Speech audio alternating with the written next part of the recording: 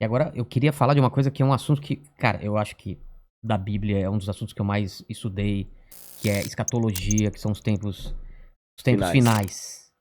O que que tá acontecendo? A gente tá vivendo os tempos finais? Há sinais, segundo a Bíblia, proféticos. E a gente não falou dessa pedra Ah, tá. Isso também. aqui é uma coisa simples. Depois eu falo Tá dela. bom. Bom, na verdade, Porque tem esse movimento, né? A claro, pandemia faz parte claro, disso. O anticristo já tá aí. Aliás, a gente tá perto da segunda volta de claro, eu Cristo. acredito que sim. Sim? Mas vamos lembrar uma coisa.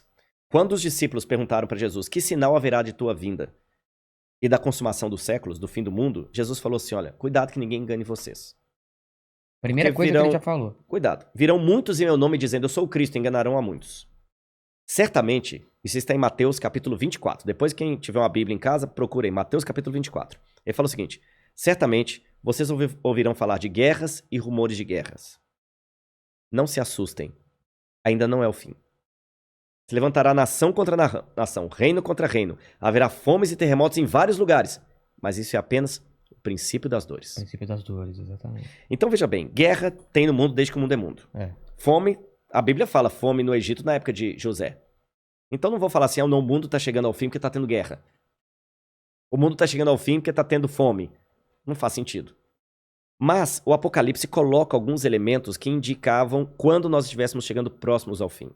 Embora, nota de rodapé aqui, ninguém sabe o dia nem a hora da volta de Jesus. É estupidez. Tentar adivinhar. Não, claro, não podemos isso. Você entendeu?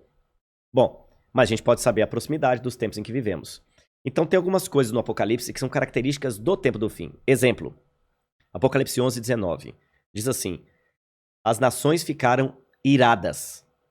Chegou, porém, o juízo de Deus, e o tempo determinado para ele dar o prêmio aos seus santos e aos profetas, e o tempo para destruir os que estão destruindo a terra. Ora, na época de Cristo não tinha como destruir a terra. O Apocalipse está fazendo uma profecia de uma época em que a terra poderia ser destruída por seres humanos, coisa que na época do Apocalipse não tinha como. E ele fala depois das pragas de Deus que iriam cair. Essas pragas não caíram ainda. Mas os vislumbres dela. Não caíram? Não. A peste não é. A do Apocalipse, né? É. Mas os vislumbres delas podem estar já batendo as portas. Quer um Tá. exemplo? Quer. Diz que um anjo derramou a sua taça sobre o sol. E foi-lhe dado queimar aos homens com grande fogo. Os homens se queimavam com um intenso calor e blasfemavam o nome de Deus que tinha autoridade sobre essa praga. Olha o problema da camada de ozônio, o efeito estufa, o que está acontecendo com o sol. O outro anjo derramou a sua taça sobre os rios e fontes d'água e mares, que se tornaram como sangue de morto. Sangue de morto não é vermelho, dessa cor. Sangue de morto é escuro, é fétido, é quase coagulado. Como é que tá Pinheiros, Tietê, Lagoa Rodrigo de Freitas, as águas do mundo? Poluição. As previsões é que até 2025 a guerra do mundo vai ser pela água. É. Fala do anticristo, que ia dominar o mundo inteiro de uma maneira algorítmica, Pacífica. pacífica, porque é um algoritmo. O 666. O que é o 666? O que é o 666? Na época do Antigo Testamento, Deus deu algumas normas para os judeus. O povo do Oriente Médio, ele é muito simbólico, sabe? Ele tem muito esse lance do símbolo que aqui no Ocidente a gente perde. Então o judeu pode olhar, ele usa o paiot, que significa alguma coisa, o kippah, que é aquele chapeuzinho na cabeça. E Deus falou o seguinte: olha, vocês vão pegar a lei de Deus, escrever um resumo da lei de Deus, e vão colocar pro frontal entre os olhos, numa caixinha aqui, e também na mão de vocês. O judeu hoje usa na mão esquerda. É. Pode olhar aqui no Muro das Lamentações, você vê o judeu orando lá, né? Baruch atah Beshem Adonai Eloheinu melech haolam. E ele vai orando no muro e ele tá com aquela caixinha preta aqui e outra na mão.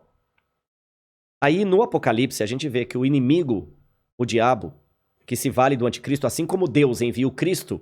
Ah, o anticristo é a versão do Cristo pro demônio. Pro demônio, É. o anticristo. Ele faz uma paródia de Cristo. Aí, como Deus no Antigo Testamento pediu aos judeus para ter a lei de Deus na testa e na mão, o anticristo coloca também um sinal, uma marca, na testa e na mão. Então significa uma época em que a lei de Deus vai ser questionada.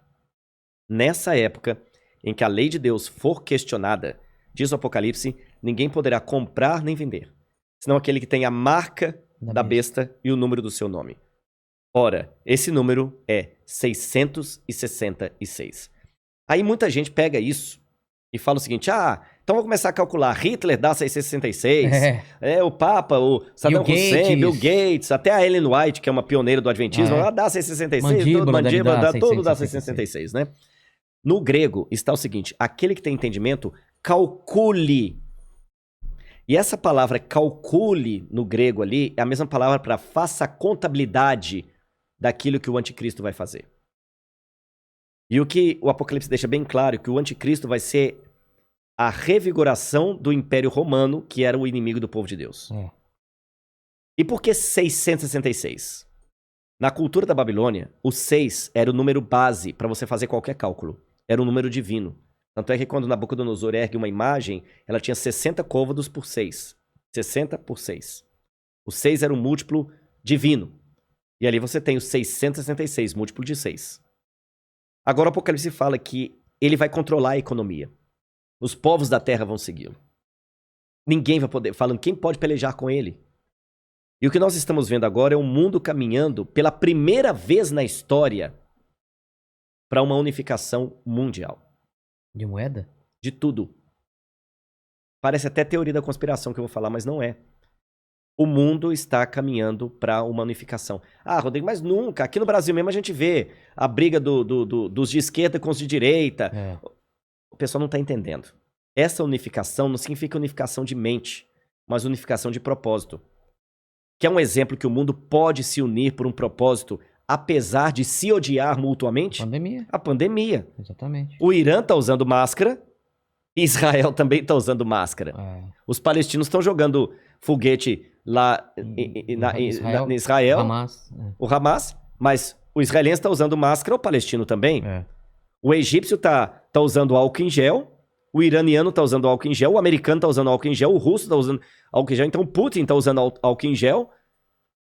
A mesma coisa o presidente do Brasil, o presidente da Argentina, da Venezuela, o mundo parou. Então é possível essa união do mundo inteiro em algumas coisas mesmo. Ela não só é possível, como ela é um caminho sem volta. Por que está falando tanto em criptomoeda? Nós já estamos passando por uma transição do dinheiro. Dinheiro de papel, né? De papel, você entendeu? Dinheiro baseado em tesouro nacional.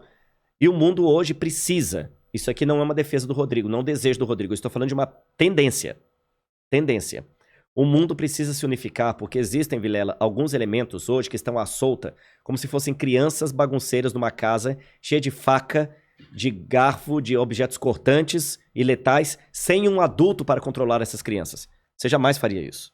Quais são as crianças que estão à solta no mundo e precisam de um adulto para controlá-las? Um preceptor, uma babá? Internet. Quem tem domínio da internet? Você na internet você pode encontrar o podcast do Inteligência Ilimitada, mas você também pode encontrar uma fórmula para fazer um coquetel Molotov. O camarada pode assediar você para fazer parte do Estado Islâmico. Quem controla a internet? Nem os Estados Unidos. Não, tá na mão de ninguém. Quem controla tráfico de drogas e de armas em nível mundial? Ninguém. Lavagem de dinheiro tá aí. O terrorismo tá aí e lavam dinheiro. Quem controla bolsa de valores? A economia do mundo não aguenta por mais 20 anos nas mãos da bolsa de valores que é especulativa.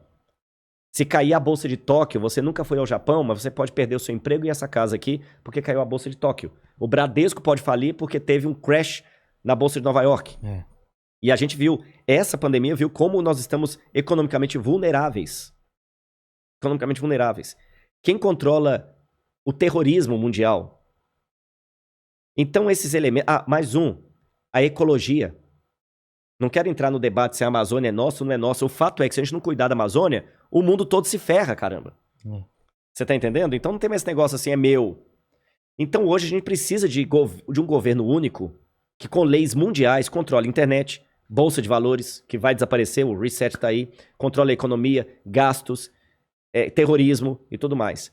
E os países, por mais que continue havendo direita e esquerda, situação e oposição, não interessa, Islã e cristianismo, vai precisar se unir, não porque eles se amam, porque não tem outro jeito. E essa união está muito parecida com o caminho de preparação para o anticristo. Agora, a minha questão aqui não é cair naquela esquizofrenia escatológica de achar agora que qualquer coisa eu tenho que evitar porque senão é uma marca da besta. Eu já vi gente, isso aqui é sério, que não quer deixar colocar o revolvinho da temperatura na testa da mão, que aquilo é a marca da besta. Calma. estupidez, não tem nada a ver um negócio desse, gente, tá bom? Agora, quando esse governo único se interpuser entre a minha fidelidade a Deus e a minha fidelidade ao Estado, esse é o único momento em que eu estou livre perante Deus para ter uma desobediência civil, social. Porque a própria Bíblia me ensina a ser obediente às autoridades constituintes. Mesmo quando Nero estava no poder, Pedro escreveu: respeitem as autoridades constituídas. A César o que é de César. Dai César o que é de César. Pague os impostos. Seja um bom cidadão. Que a crise não venha por culpa de vocês. A Bíblia me ensina a ser um bom cidadão. Porém, a própria Bíblia fala: quando o governo der uma ordem... A Bíblia não diz isso explicitamente. Diz assim, em termos filosóficos. Sim. Quando o governo der uma lei que vá contra os mandamentos da lei de Deus, como os companheiros de Daniel na Babilônia, enfrente a morte se preciso for, mas não ceda. Talvez essa seja a diferença de um teólogo apaixonado por Deus e pela Bíblia e alguém que simplesmente é um acadêmico livre. Porque que especialista em literatura inglesa, em sã consciência, teria coragem de morrer por sua interpretação de Shakespeare? Mas a Bíblia é um livro que já levou muitos ao martírio para não abrir mão daquilo que a Bíblia ensina. Falou que a segunda vinda de Cristo está próxima. Mas, segundo os eventos, o anticristo chega antes. Chega não antes. é? Ele antecede a volta de Jesus. E já está por aqui? Você acha? Eu acredito assim, lendo a Bíblia, o anticristo, ele é um poder, era o poder romano, porque João já falava lá, o anticristo já opera entre nós. E João fala, muitos anticristos já saíram pelo mundo. Ele só está aguardando aquilo que o detém. Então o anticristo, naquele tempo, era Roma. Os exegetas veem, a besta era Roma. Só que a Bíblia fala, através do apóstolo Paulo, que havia uma grande apostasia do povo de Deus. Que palavra é essa, apostasia? Eles abandonariam a fé, se uniriam a Roma, e Roma, no futuro, voltaria travestida de cristã, por isso que é o anticristo, nome que não aparece no Apocalipse, mas aparece nas epístolas de João. Ah, tá. Anticristo, anti em grego, é aquele que toma o lugar de. Então o anticristo é aquele que toma o lugar de Cristo e vai dominar o mundo. Então, a minha sugestão para todos é o seguinte, fiquem atentos às propostas governamentais. Qualquer coisa que não infrinja a minha fé naquilo que eu entendo pela Bíblia ser o correto, eu vou seguir. Eu vou me vacinar. Eu não vou ficar caindo em teoria da conspiração. Ah, mas a vacina é uma maneira de aniquilar um terço da humanidade. Eu acho que vai ser muito mais fácil Eu vou me vacinar. Só não vou tomar a Coronavac, né? Que está questionada aí, senão eu não posso entrar em Israel. Mas eu vou me vacinar. Israel não aceita. Não aceitou Muitos países da Europa não aceitam a Coronavac. Né? Lamento o Butantan aí, mas a menos que mude o cenário, a Coronavac não está sendo aceita. A Pfizer, ou a Moderna, ou a outra, lá de Oxford. Essas são aceitas. Mas eu vou me vacinar. Você está entendendo? Agora, não vou cair em teoria da conspiração. Agora, o dia que houver uma lei que se interpuser entre a minha fidelidade e aquilo que Deus pediu de mim, aí eu estou disposto a enfrentar até a morte.